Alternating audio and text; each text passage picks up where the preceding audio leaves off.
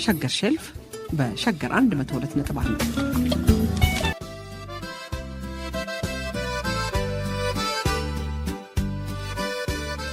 ፍራንስ ካፍካ የታወቀና የተነበበ ደራሲ ነው። እንደ አውሮፓ አቆጣጠር በጁላይ 3 ቀን 1883 ዓ.ም ተወልዶ 41 ዓመት ሊሞላው አንድ ወር ሲቀረው በጁን 3 ቀን 1924 ዓ.ም ነበር ያረፈው። ፍራንስ ካፍካ የተወለደው በወቅቱ የኦስትሪያ ሃንጋሪ ግዛት በነበረችው ፕራግ ውስጥ ነው። ብዙውን የሕይወት ጊዜውን ያሳለፈውም እዚያው ነው። በሕግ ተመርቆ በተለያዩ የኢንሹራንስ መስሪያ ቤቶች ቢሰራም ሥራውን አይወደውም ነበር። ፍራንስ ካፍካ ገና ወጣት እያለ ሁሉ ይጽፍ ነበር። አብዛኛዎቹ ድርሰቶቹ አልተገኙም። የታተሙትም ድርሰቶቹም ያለ እሱ ፍላጎት ጓደኛውና የውርስ አስተዳዳሪ በነበረው ማክስ ብሮድ አማካይነት ነው የታተሙት። ካፍካ ዋና ከሚባሉት የጀርመን የ20ኛው ክፍለ ዘመን ጸሐፍት መካከል አንዱ ነው። የአዲስ አበባው የጀርመን ባህል ተቋም ጎተ ኢንስቲትዩት ወደ አማርኛ የተተረጎሙ የፍራንስ ካፍካ ጽሑፎችን የሞተበትን 100ኛ ዓመት ምክንያት በማድረግ በ2024 አሳትሞ ነበር። 2024 የካፍካ ዓመት መርሃ ግብርን ምክንያት በማድረግ በሙሉ ወርቁ ከተተረጎሙት የፍራንስ ካፍካ ሥራዎች ጥቂቶቹን እናስደምጣችሁ።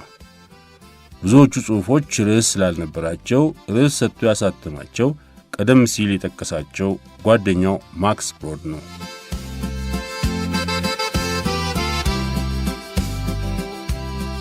በመጽሐፉ መግቢያ ላይ ቀዳሚ ቃል በሚል ርዕስ የጎተ ኢንስቲትዩት ኢትዮጵያ ዳይሬክተር ዶክተር ፔትራ ሬይሞን ያሉትን የቤተ መጻሕፍትና መረጃ ኃላፊው ዮናስ ታረቀኝ የተረጎሙትን አስተያየት ቀንጭበን እንጥቀስ።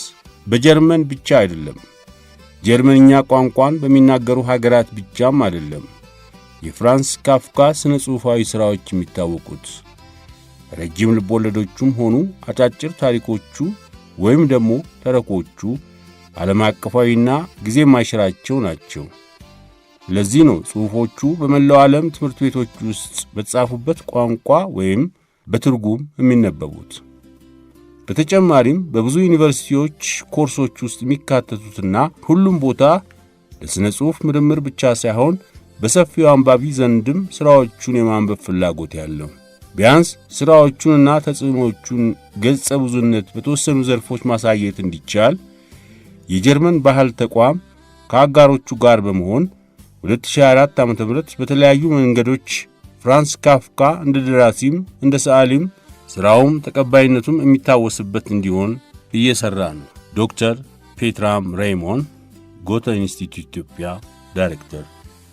የጀርመን የባህል ተቋምንና ተርጓሚዋን ሙሉ ወርቁን እናመሰግናለን።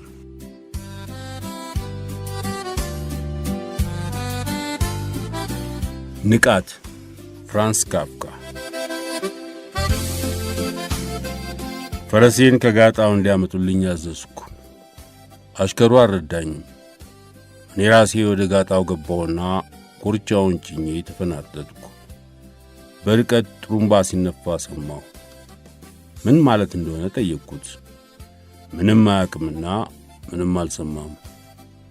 በሩ ላይ አስቁሞ ጌታዬ ወዴት ነው የምትጋልበው ሲል ጠየቀኝ። አላውቅም፣ ከዚህ መራቅ ብቻ፣ ያለማቋረጥ ከዚህ መራቅ። ግቤ ላይ መድረስ የምችለው በዚህ መንገድ ብቻ ነው አልኩ። ግብህን ታውቀዋለህ ማለት ነው ጠየቀ። አዎ መለስኩ። ተናገርኩ እኮ ከዚህ መራቅ እሱ ነው ግቤ። ምንም ስንቅ አልያዝክም? ምንም አልፈልግም። ጉዞ ከመርዘሙ የተነሳ በመንገድ ላይ ምንም ካላገኘው ለመራብ እገደዳለሁ። ምንም ስንቅ ሊያድነኝ አይችልም። ደስ የሚለው ነገር ምን እንደሚገጥም ባይታወቅም በእርግጥ ታላቅ ጉዞ ነው።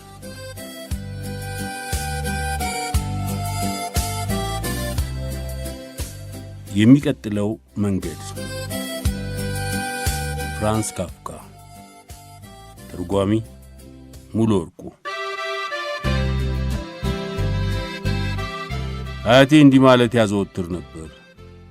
ሕይወት በሚያስደንቅ ሁኔታ አጭር ናት። አሁን በትውስታ በጣም ያተራምሰኛል።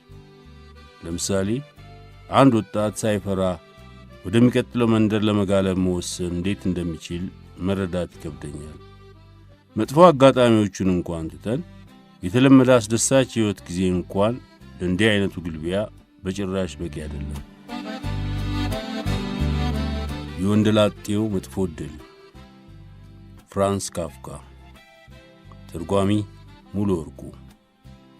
የወንደላጤው መጥፎ ዕድል።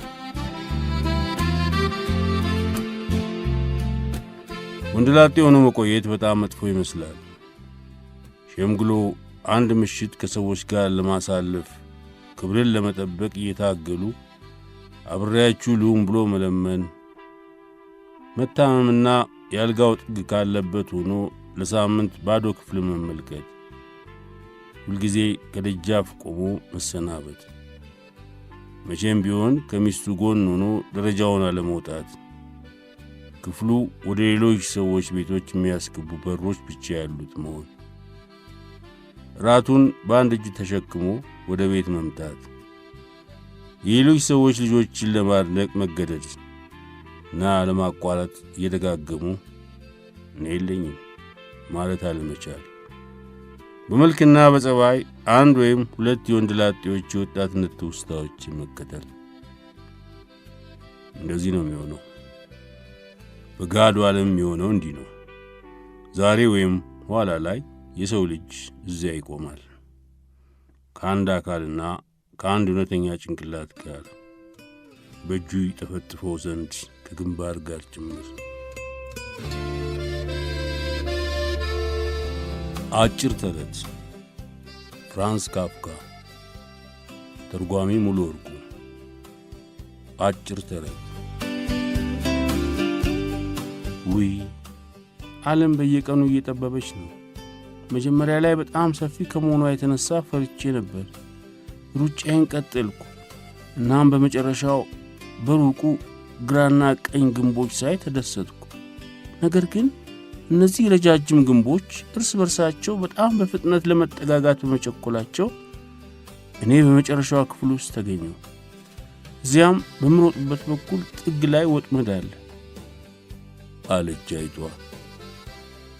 የሩጫ አቅጣጫውን መቀየር ብቻ ነው ያለብሽ አለችና ድመቷ በላቻት።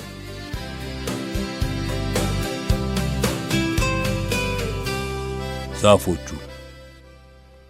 ፍራንስ ካፍካ። ትርጉም ሙሉ ወርቁ። ዛፎቹ። ምክንያቱም በበረዶ ውስጥ እንዳሉ የዛፍ ክንዶች ነን። አግድም ያሉ የሚመስሉና በትንሽ ግፊ መገፍተር የሚቻሉ። አይ ያን ማድረግ አይቻሉም፣ ምክንያቱም ከመሬት ጋር በጥብቅ የተያያዙ ናቸው። ግን ተመልከት፣ ይህም መምሰል ብቻ ነው።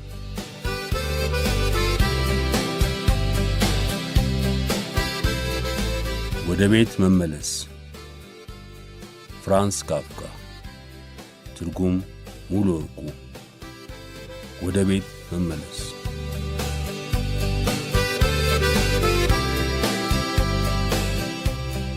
ተመለስኩ።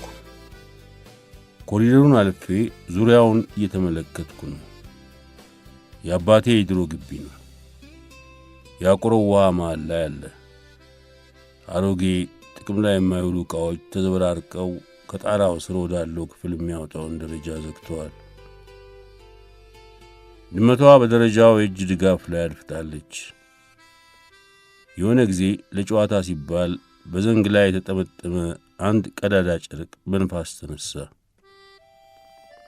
መጥቻለሁ። ማን ነው የሚቀበለኝ? ከኩሽና በር ኋላ ሆኖ የሚጠብቀው ማን ነው? ከጭስ ማውጫ ውስጥ ጭስ ይወጣል። የማታ ቡና እየተፈላ ነው። ሚስጥር ሆነብህ? ቤትህ እንዳለ ይሰማሃል?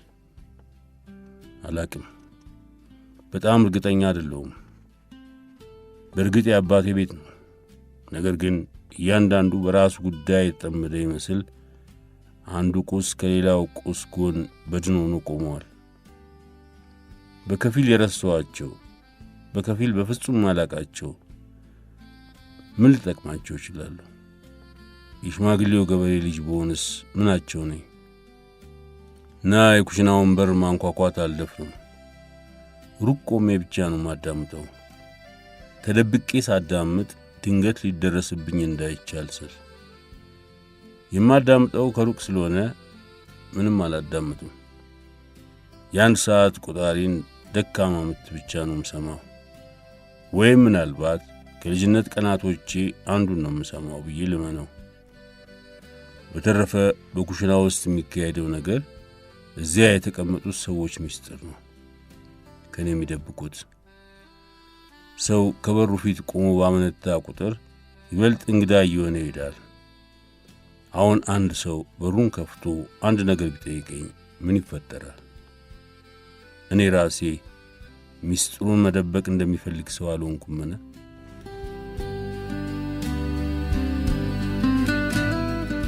በሙሉ ወርቁ የተተረጎሙ የፍራንስ ካፍካን ጥቂት ተረኮች አስደመጥናችሁ። ሌሎቹን ቀስ እያል ወደፊት እናስደምጣችኋለን።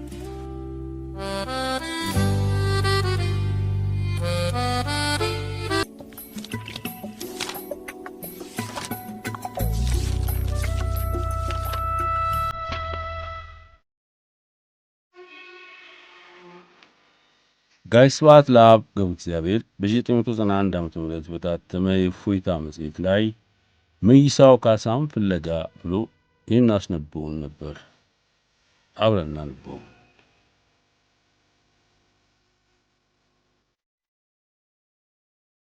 መይሳው ካሳን ፍለጋ ከስብሐት ገብረ እግዚአብሔር።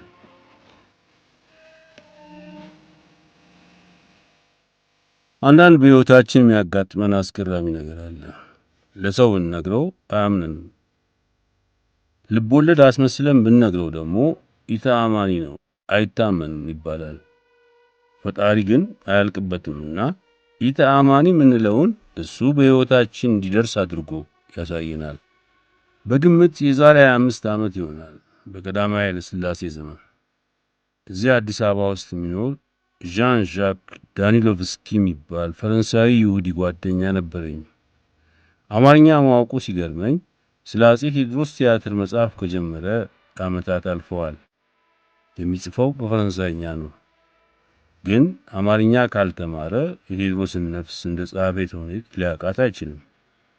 ቋንቋ የሰው አንድ አካል ነውና ብሎ ያምናል። ሚስቱን ስራውን ትወድለታለች። ስለዚህ ከዕለታት አንድ ቀን ዣን ዣክ አንድ ጀርመናዊ ጓደኛቸው እና እኔ አራት ሆነን በላንድ ሮቨር ተጭነን ወደ መቅደላ ለመጓዝ ተነሳን። ደሴ አድረን በኩታበር በኩል ወደ ተንታ አመራን። የንጉሥ ሚካኤል ከተማ ተንታ አምባ ላይ የተሰራች ስትሆን ከመቅደላ አምባ ጋር ፊት ለፊት ትታያለች። አንድ ሰፊ ለምለም ሜዳ ስንደርስ አንድ ትልቅ ግራር ስር አርፈን እየተጫወትን ምሳችንን ገላን። አንድ የዚህ አካባቢ እረኛ ፈረንጅ ሊያይ መጥቶ ጋበዝነውና አብሮን በላ። ዣን ዣክ መቼም መጠየቁ አይቀርም። እረኛውን የዚህ አገር ንጉሥ ማን ነው አለው። እኔ እንጃ፣ እኔ ንጉሥ አላቅም፣ እረኛ ነኝ። ዣን ዣክ ሲያስብ ቆየና እሺ ገበያ ሄደ ቢሆን እና አንዱ ሌባ ዕቃ ነጥቆ ቢሮጥ በማን አምላክ ብለህ ጮኸህ ነው የምታስይዘው? በሕግ አምላክ በኃይለ ሥላሴ ብዬ ነው። እረኛውን ተሰናብተን ሜዳውን አልፈን ላንድ ሮቨራችን በተራራው ወገብ ላይ እንደ መቀነት እየተጠማዘዘ የሚወስደው መንገድ ተያይዞት ሳለ ከሩቅ አንድ ሰው ወደኛ በኩል ሲሮጥ አይተን አቆምን። አቀበቱንም ሮጦ እኛ ጋር ሲደርስ ቁና እየተነፈሰ እንዳናስተናግዳችሁ ምንም አልያዝንም፣ ምን ይሻላል አለን እያፈረ መሬቱን በአንድ እግሩ አውራ ጣት እየጫረ። እንዳስተናግዳችሁ እንቆጥረዋለን ብለን ተሰናበት ነው። ዣን ዣክ ለረጅም መንገድ ስለ ሀበሻ እንግዳ ተቀባይነት አወራልን። በሥራ ተልኮ ሄዶ ያየውን ሲያክልበት ደግሞ ሰሜን አፍሪካ ውስጥ የሚኖሩ ሰዎች መንገድ ሲጠይቁ እንዴት እንደሚመሩ ነገረን። ዘምዘም የእንግዳ ማረፊያ መንገድ ቤት ነው ትሏለህ። በእጁ እያመላከተህ እነዚያን 3 ዘንባባዎች ታያቸዋለህ ይላል። አዎን፣ እነሱ አይደሉም። ከዚህ አልፎ ወደ ቀኝ በኩል ያለውን ትንሽ ኮረብታ ታየዋለህ? አየዋለሁ። እሱ አይደለም እያለ በመንገድ ላይ የምታገኛቸውን ምልክቶች ሁሉ በተራ ያሳየና በመጨረሻ እዚያ ቆመህ ወደ ግራ ወደ ላይ ብትመለከት ጉች ያለ የሚመስል ቡኒ ቀይ የሚመስል መንደር ይታያል። እሱ ነው ዘምዘም ብሎ ይሸኛል። ይህን አዲስ መንገድ ስትሄደው ልክ ሄደበት እንደምታውቅ የተለመደ ያህል ነው። መንገዱ ሊጠፋህም ሊያጠራጥርህም አይችልም። ሰተት ብለህ ጥልቅ ነው። እዚህ ላይ እንግዲህ ኢታማኒ ልቦለድ የምትመስለው የእውነታ ቁራጭ መምጣቷ ነው። ቀልታ ልትጠልቅ ተንጠልጥላ ነበረ። ተንታ ከተማ የደረስነው ከመኪና ወርደን ሰውነታችንን እያፍታታን እያለን ከወዲያ 2 ሰዎች ወደኛ በኩል ሲመጡ አየን። እየቀረቡን ሲሄዱ አንድ አበሻና አንድ በጣም ረጅም በጣም ቀይ ጎረምሳ ፈረንጅ ናቸው። አበሻው እየጨበጠን ዣን ዣክን ሄሎ ሚስተር ቻርሊ አሉ። ዣን ዣክ በመጨበጥ እምቢ ያለው በሚያንኳስስ ድምፅ ከኔ ምን ትፈልጋለህ አሉ። ገረመኝ። ሰውየው ግን ይህን ከምንም ሳይቆጥረው በእንግሊዝኛ እንዲህ አለ። ሚስተር ቻርሊ ከትልቅ ሰው ጋር ላስተዋውቅህ። ይህ እንግዳ መቅደላን ለመጎብኘት የመጣ የጀነራል ናፒየር የልጅ ልጅ ነው። ዣን ዣክ ኮሎኔሊስት አያትህ ጦር ይዞ መምጣቱ አነሰና አንተ ካሜራ ይዘህ መጣህ? ቴዎድሮስ እንደሆነ አንዲት ጥይት ጠጥቶ አያትህን ከነሰራዊቱ ከምድረ ኢትዮጵያ አባሮታል ብሎ ሸለለበት። ይህ አገር የኔም ያንተም አይደለም አለውና እንግሊዙ መንገዱን ሲቀጥል ሊገባ አይችልም እንጂ እኔስ አገሬ ነው ብሎ ጮኸበት።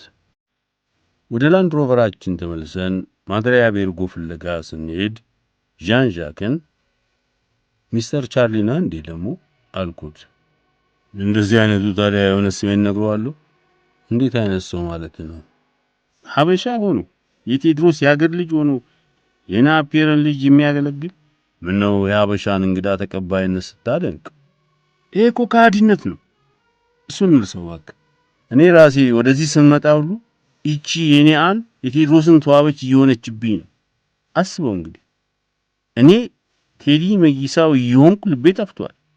እዚህ ሁኔታ ውስጥ እያለው ነው ያ ቀይ ስር አይሉት ካሮት በሰው እግር ሲራመድ። ይሄ እኮ ከሃዲነት ነው። እሱን ልርሳው እባክህ። እኔ ለራሴ ወደዚህ ስንመጣ ሁሉ ይቺ የኔ የቴዎድሮስን ተዋበች እየሆነችብኝ ነው። አስበው እንግዲህ እኔ ቴዲ መይሳውን እየሆንኩ ልቤ ጠፍቷል። እዚህ ሁኔታ ውስጥ እያለው ነው ያ ቀይ ስር አይሉት ካሮት በሰው እግር ሲራመድ ወደኛ የመጣው። ናፒየር የልጅ ልጅ ናቸው፣ መንገድ ልቀቁላቸው የሚል ሀበሻ መንገድ ጠራጊ ፊት ለፊት እያስኬደ ሴባስቶፖል የመይሳው መድፉ ይድፋውና አንተ ታውቃለህ፣ ከልብ የፈለቀ ገጸ ባህሪ ከሆነ ቀስ በቀስ እሱ አንተን እየሆነ አንተ ደግሞ እሱን እየሆንክ አንድም ሁለትም እየሆናችሁ ትሄዳላችሁ። ሶስተኛው እንግዲህ ብራናው ቀለሙ ሊሆን ይችላል። ዣን ዣክ አንዳንዴ ሲመጣበት እንዲህ ያናግረዋል። ስለ አፄ ቴዎድሮስ ውቃቤ አምላክ አቃቤ መልአክ ለተለያዩ ሰዎች ሲተርካት የሰማዋት ታሪክ ይህ ፈረንሳዊ በአስተሳሰብ የዘመኑ ብርሃን የሚባለው የቮልቴር ተከታይ መሆኑን ታሳያለች። ቮልቴር የቤተ ክህነቱን ትልልቅ ሹማምንት በብሩ ይንቃቸውና ይጠላቸው ነበር። በደብዳቤዎቹ ማለቂያ ላይ መፈክሩም እነሱን እንጨፈልቃለን የሚል ነበር። መይሳው ካሳ ክርስቲያን ነው። አልፎ አልፎ ሁኔታዎች እንዲጨክን ቢያስገድዱትም አንድ ሰንበት ጧት ስጋው ደሙን ሊቀበል ሊያጎርሱት ሊያጠጡት ሲሉ ውቃቢው ነገረው። ዞረና ቄሶቹን ያን ለሱ አቅረውት የነበረውን ህብስትና ወይን እነሱ እንዲቆርቡት አስገድዳቸው። እዚያው ቆረቡና ሞቱ። መይሳው ስንቃቸውን አብልቶ አጠጥቶ ወደ መንግሥተ ሰማያት ሸኛቸው። ማለዳ ተነስተን በበቅሎ ወደ መቅደላ ስንሄድ እዚያ ለመድረስ እጅግ ከመቸኮላችን የተነሳ ሰዓቶቹ ሲበዛ ረዘሙብን። ግን ጉብኝታችንን ፈጽመን ወደ ተንታ የተመለስነው ገና ሳይመሽ ነበር። ዣን ዣክ የረጅም ዓመት ስለቱ ተፈጽሞለት መቅደላ አምባም በልቡ ከሳለመ በኋላ በቀዳማዊ ኃይለ ሥላሴ ላይ ወረደባቸው።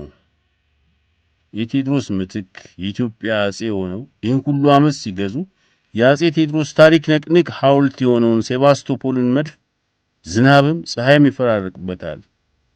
አንዲት ጥላ የምትሰጠው አነስተኛ የሳር ጎጆ እንኳን ተበቃው ነበር። ዣን ዣክ ዳኒሎቭስኪ ህዝረ ኢትዮጵያን ከለቀቀ ብዙ ዓመታት አለፉ። ሳስታውሰው ያ የመይሳው ቲያትር ተጽፎ አልቆለት ይሆን ወይንስ ዛሬም ገና ይሆን? ሳጨርሰው ግን አይሞትም። የመይሳው ውቃቢ ጠብቀዋል። ዣን ዣክ ከሚስቱ ጋር ከሚኖርባት ፎርመንቲየር ከምትባል ሴት የጻፈልኝ ደብዳቤ በከፊል እንዲህ ትላለች። መቼም የመይሳው ውቃቢ ሁልጊዜም እንዳሰበልኝ ነው። ናፍቆት እንዳይጎዳኝ ታስቦልኝ ይቺ ፎርመንቲየር ደሴታችን በሰዎቿ ጠባይ እልህ የአቢሲኒያ ቁራጭ ናት። ምሳሌ አንድ ሰውዬ ሰፊ መሬት አለው። ግን በመሬቱ መሃል ስፋቷ ከሀበሻ ነጥላ የማይበልጥ ሾጣጣ መሬት አለች። እሷን ሽጥልኝና ልጠቅልላት አንድ መሬት እንዲሆንልኝ። አይሸጥም። እጥፍ ዋጋ ልክፈልህ። አይሸጥም አልኩ። አይሸጥም ብቻም አይደለም በሾጣጣዋ ርዝመት ሙሉ የሁለት ሰው ቁመት የሚያክል ረጅም የድንጋይና የጡብ ካብ ገነባባት። አቢሲኒያ ለዘላለም ትኑር። ያንተው ጓደኛ ዣን ዣክ